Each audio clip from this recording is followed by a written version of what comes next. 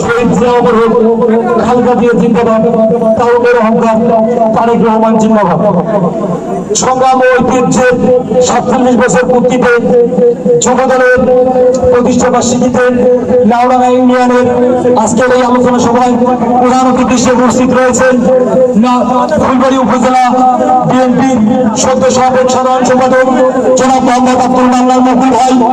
সবাই খুব সংকীর্ণ, তাই আমি সবার নাম ধরে অ্যাড্রেসিং করলাম না এবং আমি এখানে বক্তব্য দেবো না। বক্তব্য দেওয়ার অনেক সিনিয়র পার্সনরা আছে, সামনে আমাদের নির্বাচন, তাই নির্বাচন নিয়ে আমি কয়েকটি কথা বলতে চাই।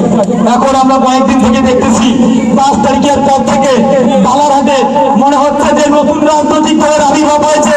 ৫ তারিখের আগে যাদের কোনো নমুনা বালারহাটে ছিল না,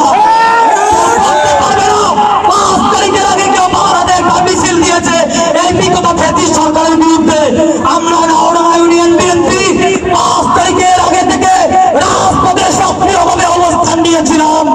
আমরা খেয়েছি, জেল কেটেছি, আন্দোলন দিতে বাদ চাইনি।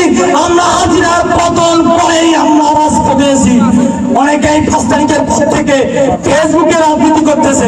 ৫ তারিখের আগে ওদের ফেসবুক আইডি গুলো চেক দিয়ে দেখেন, তাদের একটা পথ ছিল না, ফেসিবাদের বিপক্ষে তাদের কোনো পথ ছিল না। তারা এতদিন বিএনপির সাথে মিশেছিল, অনেকে আওয়ামী লীগের সাথে গুপ্ত লীগের রাজনীতি করতো। আর এখন ৫ তারিখের পর যখন দেখছে যে পুলিশ প্রশাসনের ভয় নাই, যখন দেখছে যে আওয়ামী লীগের গুন্ডামি নেই, তখন তারা মাঠে এসেছে রাজনীতি করতে। আমরা এই রাজনীতি মেনে নেব না, এই রাজনীতিকে লাউডাঙ্গা ইউনিয়ন বিএনপি বরদাস্ত করবে না, করবে না। উপস্থিতি, সামনে আমাদের নির্বাচন, এই নির্বাচনে আমাদের মনোনীত প্রার্থী আলহাজ সোহেল হোসেন কায়কোবাদ ভাইকে ধানের শীষে ভোট দিয়ে জয়যুক্ত করবো তো ইনশাআল্লাহ। ধানের শীষে ভোট দিয়ে দেশের দিকে জয়যুক্ত করবো তো। এই প্রত্যাশা ব্যক্ত রেখে আমি আমার সংক্ষিপ্ত কথা এখানে শেষ করছি।